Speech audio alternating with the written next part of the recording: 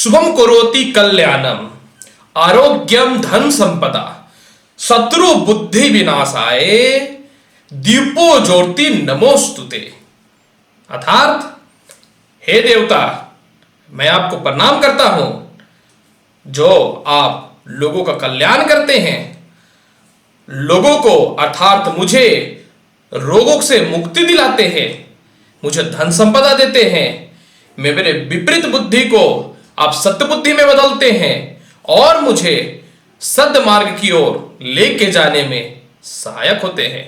ऐसे देवता को मैं प्रणाम करता हूं। नमस्कार, मैं हूं एस्ट्रोलॉजर डॉक्टर रवि गुप्ता। स्वागत करता हूं मेरे चैनल पे। आज मैं आपको बताऊंगा कि सूर्य को किस समय जल देना शुभ और लाभकारी होता है और साथ में किस प्रकार की सावधानियां रखनी चाहिए और कौन सा मंत्र से सूर्य को जल दे ताकि जीवन में समस्याएं ना हो। दर्शकों, सूर्य बहुत ही ताकतवर और बहुत ही शक्तिशाली ग्रह है। इंसान के जीवन में आत्मविश्वास, इंसान के जीवन में धन संपदा, संतान, बुद्धि और समस्त संसार का शक्तियों को यह जो है अपने अंदर निहित रखते हैं।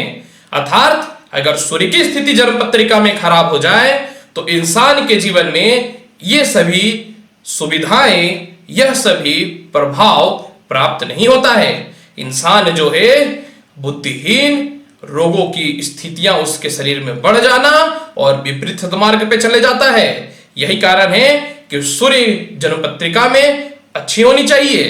तो आज मैं बताता हूं कि आप सूर्य को किस प्रकार और किस समय जल दें, किस मंत्र से दें ताकि आपको सूर्य का संपूर्ण फल प्राप्त हो और जीवन में आरोग्यता के साथ, सम्मान के साथ धन की वृद्धि हो। सबसे पहले मैं आपको यह बताना चाहता हूं कि सूर्य को जल देने का सबसे शुभ और सबसे बढ़िया समय जो होता है वह प्रातः काल में उस समय होता है जब सूर्य उदय होता है और उस समय जो है सूर्य में थोड़ी लालिमा होती है। अगर उस समय सूर्य को जल दिया जाए तो आपके जीवन में समस्त दुखों का जो है विनाश होता है और सुखों का जो है बढ़ोतरी होता है। अब मैं बताता हूं, अगर आप उस टाइम पे जल सूर्य को नहीं दे पाते हैं, अर्थात अर्घ्य सूर्य को नहीं दे पाते हैं, तो आपको किस में देना चाहिए। सबसे पहला बात कि सूर्य को जल देने का तो वास्तविक समय वही है, परंतु अगर आप बाद में सूर्य को जल देते हैं तो जल देने से पूर्व जो है सबसे पहले आपको अपना दाहिना कान को 3 बार एक प्रणाम करके, जैसे आप एक बार प्रणाम किए, फिर दूसरा बार प्रणाम किए, फिर तीसरा बार प्रणाम किए, 3 बार आपको दाहिना कान को छू करके सूर्य देव से आपको पहले क्षमा मांगनी चाहिए। यह नियम है जिसका शास्त्र में वर्णन है। यह करने से सूर्य को जो है प्रातः काल को छोड़ करके कभी भी अगर जल देते हैं तो आपको इसका फल की प्राप्ति होगी। कभी भी सूर्य को जल देते समय जो है ऐसा प्रयास मत करिए कि जल देते समय जो है जल का छींटा आपके पैरों पे पड़े। कभी भी जो है सूर्य को काला रंग का और नीला रंग का और ब्लू रंग का वस्त्र धारण करके जल नहीं देना चाहिए। कभी भी सूर्य को जो है जल देते समय जो है मन में किसी के प्रति क्रोध और भावनाएं नहीं रखनी चाहिए। इसके अलावा सूर्य को जल देने का सबसे बढ़िया पात्र ऐसे तो तांबा का पात्र होता है, लेकिन अगर तांबा का ना हो तो आप पीतल से भी जल दे सकते हैं। आप प्लास्टिक के वस्तु से या फिर लोहे की वस्तुओं से कभी सूर्य को जल मत दीजिएगा, या स्टील ही क्यों ना हो, यह कांच ही क्यों ना हो, क्योंकि यह तीनों में जो है शनि का वास होता है। अर्थात अगर यह काम आप करेंगे तो सूर्य का जो है फल आपको शुभ नहीं प्राप्त होगा। आपको सूर्य को जल देने का विधि मैं बताता हूं। कभी भी सूर्य को जल देते समय जो है पूर्वमुखी की ओर आपको कर लेना है, अपने फेस को पूर्वमुखी होकर कर लेना है, यानी सूर्य के उदय की तरफ, जिधर उदय होते हैं पूर्व की तरफ अपने आप को कर लेना है। और जल देते समय यह हमेशा ध्यान रखना चाहिए कि वह जो ताम्र लोटा होता है या कोई भी पात्र होता है तो उसमें अंगूठा कभी भी टच नहीं होना चाहिए।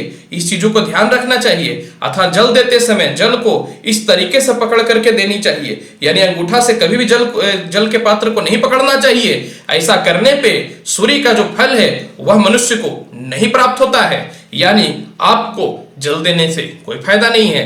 ऐसा तो शास्त्र में कहा गया है कि सूर्य को जल में गंगा जल मिला करके दिया जाए तो सबसे शुभ है, अर्थात या सिर्फ सादा जल ही दिया जाए तो शुभ है। परंतु कुछ शास्त्र में यह भी वर्णन है कि आप चाहें तो चंदन, गंध या पुष्प डाल सकते हैं, परंतु अगर आप सादा जल देते हैं तो शास्त्रों में ऐसा वर्णन है कि आपको उसका बहुत ही बढ़िया फल मिलेगा। अब मैं आपको बताता हूं एक ऐसा दुर्लभ मंत्र जिसका प्रयोग करके अगर आप सूर्य को जल देते हैं तो आपके जीवन में सूर्य मजबूत होंगे और सभी चीजों की पदोन्नति होगी, खास करके प्रतिष्ठा और धन की। तो मंत्र है इस तरीके से आपको जल देना है। मंत्र बताता हूं आपको।